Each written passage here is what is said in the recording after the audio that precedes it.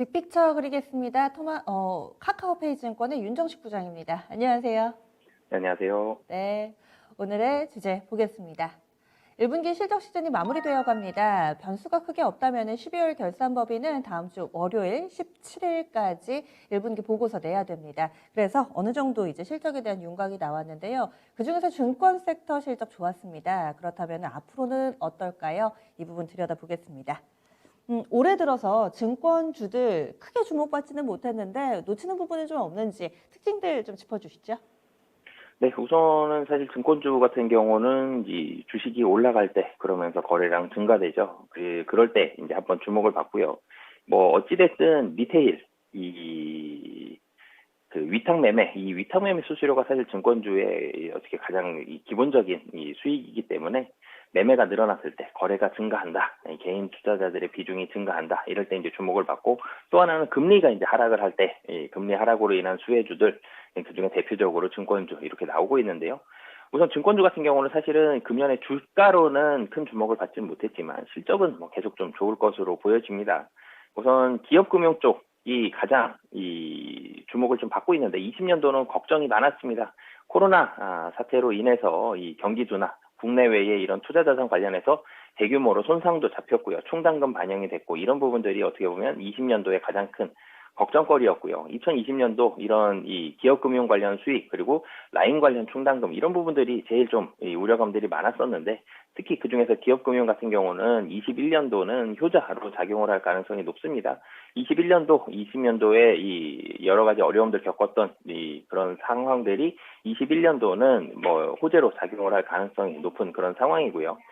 그리고 대규모 IPO가 예정이 되어 있습니다. 카카오뱅크, 크래프톤과 같은 대규모 IPO가 예정이 되어 있어서 이 IPO를 통한 이런 이 기업금융 이런 부분들도 좀 공모주 활성화가 될 것으로 보여지고요. IPO가 사실은 굉장히 좀 많이 활성화가 됐던 게 2016년도, 2017년도였습니다. 그러다가 2018년도 이 IPO에 대한 그런 부분들이 많이 줄어들었다가 2020년도 굉장히 좀 주목을 받았었고 공모주 펀드라든지 뭐 하이힐드 펀드 그리고 코스닥 벤처 펀드 등이 좀 주목을 많이 받았었는데요. 그러면서 2021년 다시 2017년도를 사실은 뛰어넘을 가능성이 높습니다. 대규모 IPO가 예정이 되어 있기 때문에 여기도 기대감들 좀 가지고 있고요. 그리고 뭐 모두에 말씀드렸지만 거래대금 증가 가장 기본적인 수익인데요. 거래대금 증가로 인해서 리테일 쪽 사실은 작년 이전까지는 리테일 쪽이 굉장히 좀 계륵 같았습니다. 수익이 나지 않고 적자 많이 나는 그런 이 사업부였는데 이제는 리테일 증가로 거래대금 증가로 인해서 리테일 호조세 보여주고 있고요. 그렇기 때문에 순이익은 전체적으로는 특히 대형주들 뭐 큰 폭으로 좀 증가할 가능성이 높다라고 보시면 되겠습니다. 증권사별로도 상당히 색깔이 좀 다르잖아요. 전체적으로 거래대금 증가해서 실적이 좋았던 것, 그리고 여기에 플러스 알파가 늘 하나씩 따라붙는 듯 보입니다. 뭐 투자를 잘해서 지분 가치를 인정받았다거나 아니면 어디는 IPO 많이 하고 어디는 또 브로커리지에 강자고 그런데 그러면 하나씩 좀 나눠서 볼게요. 좀 주목해봐야 될 증권사 첫 번째로 어떤 곳부터 볼까요? 예, 뭐 최근에 이 발행어음, 뭐 단기금융업 인가 수혜받으면서 좀 주목을 받았었던 미래에셋증권 먼저 말씀을 좀 드리겠는데요. 2021년 1분기 이 창사 이래 사상 최대 영업이익 나올 것으로 보여집니다. 이 전분기 대비해서 50% 이상, 전년 동기 대비해서는 170% 이상 좀 증가한 당기 순이익 나올 이 당기 순이익을 보여주는데요. 이익이 증가한 이유는 이 개인 매매, 좀 전에 말씀드렸던 대로 개인 매매 증가하면서 일평균 거래대금 상승으로 위탁 매매 수수료 증가하는 모습을 보여줬고요. 그리고 안정적으로 운영 수익이 상당히 좀 좋습니다. 위탁 매매 수익이 2,500, 600억 정도 나왔는데요. 이 위탁 운용 수익이 2,700억 정도 나왔습니다. 전분기 대비해서는 조금 감소했지만 뭐 일회성 요인이 좀 있었기 때문에 그런 부분들은 좀 기저효과라고 보시면 되겠고요. 전년 동기 대비해서는 거의 400% 정도 증가를 했습니다. 상당히 좀 좋은 운용 수익, 안정적인 이 운용 수익을 보여줬고요.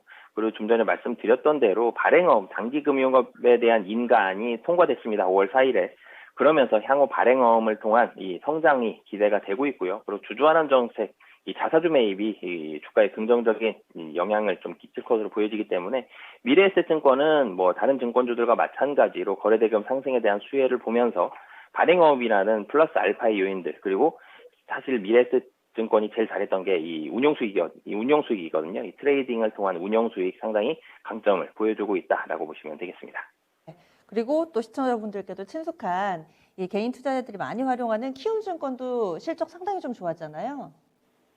네, 이 키움증권 증권 거래 대금이 증가하면서 실적 가장 좋아진다라고 주목을 받았던 게 사실은 키움증권이죠. 그렇죠. 네. 키움증권은 뭐 미래에셋 증권처럼 뭐 사상 최대는 아니지만 1분기 실적 뭐 여기도 매우 좋았습니다. 어닝 서프라이즈 시장 예상치보다 거의 10% 정도 좋은 그런 이 단기 순이익을 기록을 했는데요. 이 단기 순이익 1분기 2,621억 원입니다.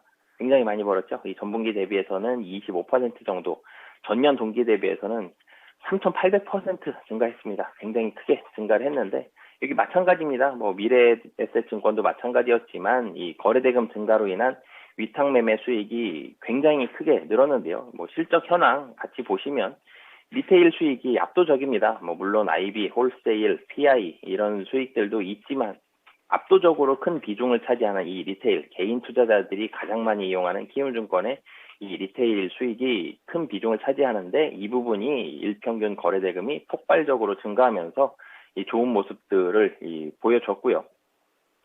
그리고 이 증시가 호조됐죠. 그 매매 수익뿐만이 아니라 이 이자 수익도 많이 발생을 했습니다. 그러면서 이자 수익도 굉장히 많이 작용을 했고 여기에다가 PI 부문에서도 호조 실적을 보여줬습니다. 그리고 키움은 자회사들 좋은 모습들 요즘에 보여주고 있는데 키움 캐피탈 그리고 키움 PE와 같은 이 자회사들의 실적도 좋은 모습들 보여주면서 1분기 이 굉장히 좀 좋은 어닝 서프라이즈를 기록을 했다라고 보시면 되겠습니다. 올해는 또 IPO 수혜주들이 크게 주목받았잖아요. 증권 섹터 내에서는 한화투자증권이 있었고 또 한국금융지주가 여기에 꼽히는데 한국금융지주는 어떤가요? 네, 이 업종 내 최대 규모 이익입니다. 사실은 이 한국금융지주 본연보다도 더 많이 나왔던 게 카카오뱅크 지분 가치였죠. 그만큼 카카오뱅크 지분 가치 좋은데 이 그냥 한국금융지주 자체적으로만 보더라도 업종 내에서 돈을 가장 많이 법니다. 뭐 그렇기 때문에 이것도 좋고 저것도 좋고 그렇게 보시면 되겠는데요. 대형 증권사 가운데 가장 높은 경상 수익성, 이 창출 역량을 가지고 있다라고 보시면 되겠고요. 1분기 예상 순이익이 3,776억 원입니다. 이 굉장히 크고요. 그리고 이 카카오뱅크 얘기를 안 할 수가 없는데요. 카카오뱅크 같은 경우는 이 예상 시가총액이 한 20조 원 정도 예상을 하는데 IPO 과정에서 일회성으로 지분법 처분 이익 인식이 가능합니다. 시총 20조 원에다가 증자 비율 10%를 가정을 하면 약 5천억 원의 이익 인식이 예상이 되는데요. 분기 순이익이 한 3천억 정도 되면 거의 1등입니다. 그런데 3천억을 훨씬 뛰어넘는 이 카카오뱅크 5천억 원의 이익 인식이 예상된다 그러면 얼마나 큰 규모인지 좀 알 수 있는데요. 그만큼 카카오뱅크에 대한 지분 가치 굉장히 좀 좋다라고 보시면 되겠고요. 여기에다가 사실은 카카오뱅크의 지분 가치는 이거 당장 사실 팔을 가능성이 없거든요. 이 카카오뱅크를 통해서 디지털 플랫폼이라든지 은행업에 대한 연계까지 가능하기 때문에 한국금융지주 지금 증권업종 중에서 굉장히 업황을 넓혀가고 있는데 이뿐만이 아니라 은행업까지 이 금융업 내 지배력을 상당히 늘릴 가능성이 높아 보이고요. 그리고 연간으로 보더라도 지금 연간 순이익 1조 원이 뭐 거의 확실시 넘어갈 것으로 보여집니다. 그렇기 때문에 연간 그 이익 모멘텀만 보더라도 굉장히 매력적이고 여기에다가 플러스 알파, 사실 플러스 알파라고 하기엔 굉장히 큰 규모긴 하지만 카카오뱅크의 지분 가치도 굉장히 매력적이다라고 보시면 되겠습니다. 그러면은 전체적으로 봤을 때 키움증권이나 한국금융지주는 장기 추세가 올라가는데 미래에셋대우는 또 그렇지는 못하고 이렇게 종목군별로 흐름 차이가 커서요. 앞으로는 어떨까요? 전망해 주시죠. 네, 사실은 이 증권업종은 이 대형주들 위주로 좀 말씀을 드리면 대형 증권업종들, 증권 종목 이 기업들은 안정적인 실적은 사실은 다 나올 것으로 보여집니다. 기본적인 실적인 이 브로커리지, 이 위탁 매매 수익이 사실은 어느 정도는 유지가 될 가능성이 확실하기 때문에 실적 안정적인 모습들 나올 것으로 보여지고요. 금년에 일회성 손실 나올 가능성이 거의 없습니다. 작년과 같은 그런 일회성 손실들, 뭐 ELS라든지 아니면 펀드 판매라든지 이런 부분들 일회성 손실 나올 가능성 적기 때문에 실적은 뭐 그리고 작년에 기저효과도 있죠. 뭐 그렇기 때문에 굉장히 좋을 것으로 보여지고요. 시장의 움직임과 조금은 비슷한 그런 유사한 주가 흐름 보여줄 것으로 예상을 할 수 있겠습니다. 지금 뭐 그 금주에 3거래일 동안 하락폭이 좀 있었는데 뭐 금일 같은 경우 반등을 하고 있습니다. 이 하락이 좀 있었다고 하더라도 추세적으로는 이익단이 워낙 좋아졌기 때문에 이 추세적으로는 우상향 가능성이 높거든요. 그렇기 때문에 증권주들 뭐 주가의 큰 폭의 조정보다는 일시적인 조정 그리고 다시 한번 레벨업 할 수 있는 가능성 현재로서는 매우 높다라고 보시면 되겠고요. 2020년도는 워낙 많이 상승을 했습니다. 20년도와 같은 그런 주가 상승이 나오기는 쉽진 않겠지만 점진적인 상승은 뭐 충분히 가능하다라고 보시면 되겠습니다. 네, 그럼 간략하게 오늘장 큰 그림 그려주세요. 네, 지금 뭐 코스피 이 대형주들 업종별로 많이 말씀을 드리고 있는데 사실 코스피 대형주들 특히 경기 민감주들 굉장히 실적이 좋습니다. 코스닥보다는 코스피 얘기를 많이 말씀드렸는데 증권업종도 사실 코스피에서 실적이 좋아지는 섹터거든요. 그 중에서 많이 보셨으면 좋겠고요. 그리고 증권주 중에서도 대장주들 위주로 보시면 안정적이고 꾸준한 수익 가능할 것으로 보여집니다. 네, 고맙습니다. 네, 감사합니다.